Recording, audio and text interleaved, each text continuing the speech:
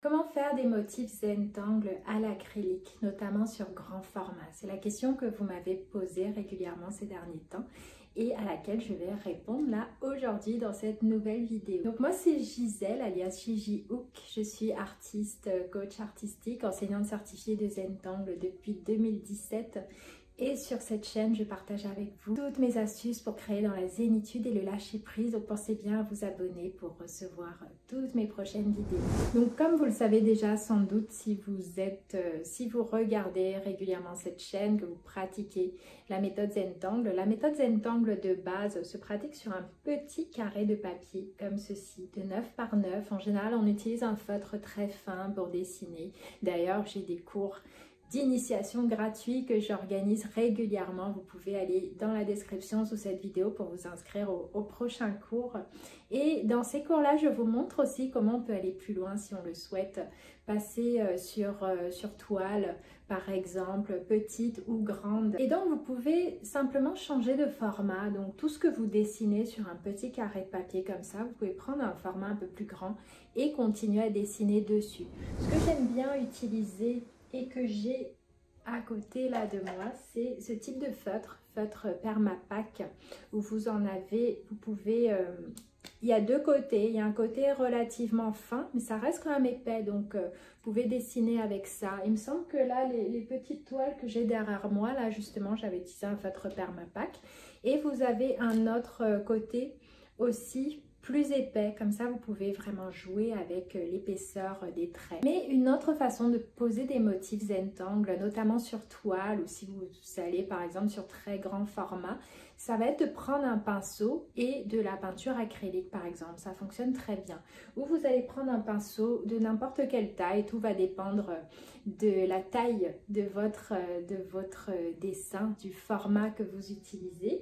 Là, j'ai quelques pinceaux à côté de moi. J'en ai un par exemple assez grand comme ça que j'utilise sur des grandes toiles parfois pour dessiner mes motifs. Ça m'est arrivé d'en utiliser un autre plus grand aussi comme ça, toujours... c'est à voir selon la taille. C'était vraiment pour une très grande toile qui faisait 2 mètres de haut à peu près. Et donc là, un gros pinceau aussi, ça va être utile. Mais sinon, vous pouvez prendre des pinceaux plutôt... J'en ai un autre là, j'essaie de l'attraper, je vais vous le montrer. Là, c'est un pinceau assez fin. Je n'ai pas de numéro de pinceau à vous communiquer, c'est pas écrit dessus. Ah, je vois un numéro 4, c'est peut-être ça. Donc voilà, oui, là je vois 4, ici c'est 20 pour vous donner un ordre d'idée. Là, c'est un 22. Donc, il n'y a pas une taille absolument. Souvent, vous me demandez ça, quelle taille de pinceau utiliser. Clairement, c'est à vous de voir et de sentir, entre guillemets, par rapport à la création que vous avez devant vous. Si je vous donne un numéro à vous procurer absolument, bah, ça pourrait fausser aussi ce que vous créez parce que vous êtes la personne la mieux placée pour savoir à peu près quel type de trait vous avez envie de faire.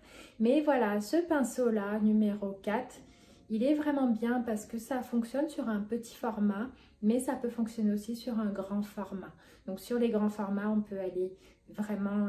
on va avoir des traits plus épais si on le souhaite et là on peut jouer avec différentes tailles de pinceaux justement. Donc pour dessiner vos motifs avec un pinceau et de l'acrylique, il va simplement falloir tremper votre pinceau dans de la peinture acrylique. En général, je mets très peu d'eau parce que si on a envie d'un trait vraiment présent, ça va être utile d'utiliser de la peinture qui n'est pas très diluée. Mais bien sûr, peut-être que vous voudrez des traits un peu plus effacés. Dans ce cas-là, vous pouvez bien diluer votre pinceau avant de dessiner. Donc, vous pouvez aussi tester, le diluer d'abord. Et si vous vous rendez compte que le trait ne ressort pas suffisamment par rapport à ce que vous souhaitez, vous pouvez aussi vraiment sécher votre pinceau et prendre que de la peinture acrylique sans eau et venir poser vos traits. Donc là, j'ai un exemple là juste derrière moi. C'est un petit carton entoilé, voilà, il fait combien? Je dirais qu'il fait à peu près 30 cm de haut, grand max, sur lequel j'ai posé de l'acrylique et ensuite je suis venue dessiner un motif Zentangle qui s'appelle Jinili par-dessus. Et ça, typiquement, je l'ai fait avec ce pinceau fin là dont je vous parlais. où je suis venue comme ça, simplement passer mes traits, mes lignes avec mon pinceau. Donc, une chose importante à savoir, quand vous dessinez vos motifs comme ça avec un pinceau, c'est d'accepter, de savoir dès le début que vos traits ne seront pas réguliers. C'est normal, ça va bouger. Peut-être on le voit plus de loin. J'essaye de me rapprocher. Ou quand on regarde de près, on voit que ce n'est pas régulier du tout. On va voir justement qu'il y a des moments où le trait est plus épais, d'autres moments où il est plus fin. Le trait se casse aussi par moments, c'est normal, ça fait totalement partie du processus. Donc, il va falloir vraiment se détacher de l'envie de bien faire quand vous utilisez ce processus. Donc là, on est très loin de la méthode Zentangle de base. On est carrément dans de l'art inspiré du Zentangle où on prend beaucoup de liberté. Et voilà, mais toujours en se raccrochant à ce principe de base de la méthode Zentangle qui dit qu'il n'y a pas d'erreur. Donc vraiment se connecter profondément à ça. C'est pas un exercice de précision. Plus vos motifs vont partir un petit peu dans tous les sens et plus ça va donner aussi de la liberté à ce que vous faites. Donc c'est important de vraiment se détacher de ça dès le début quand vous commencez, quand vous décidez de dessiner vos motifs avec le pinceau. Ça va vous faire découvrir aussi d'une autre manière, voir vos motifs différemment. Notamment si vous posez aussi de la couleur, vous allez aller jouer avec les ombres et lumières un petit peu différemment. Donc ça, c'est ce que je partage avec vous. J'ai tout un module là-dessus dans mon parcours avancé de Zentangle, le 13e module Ma toile en 10 jours.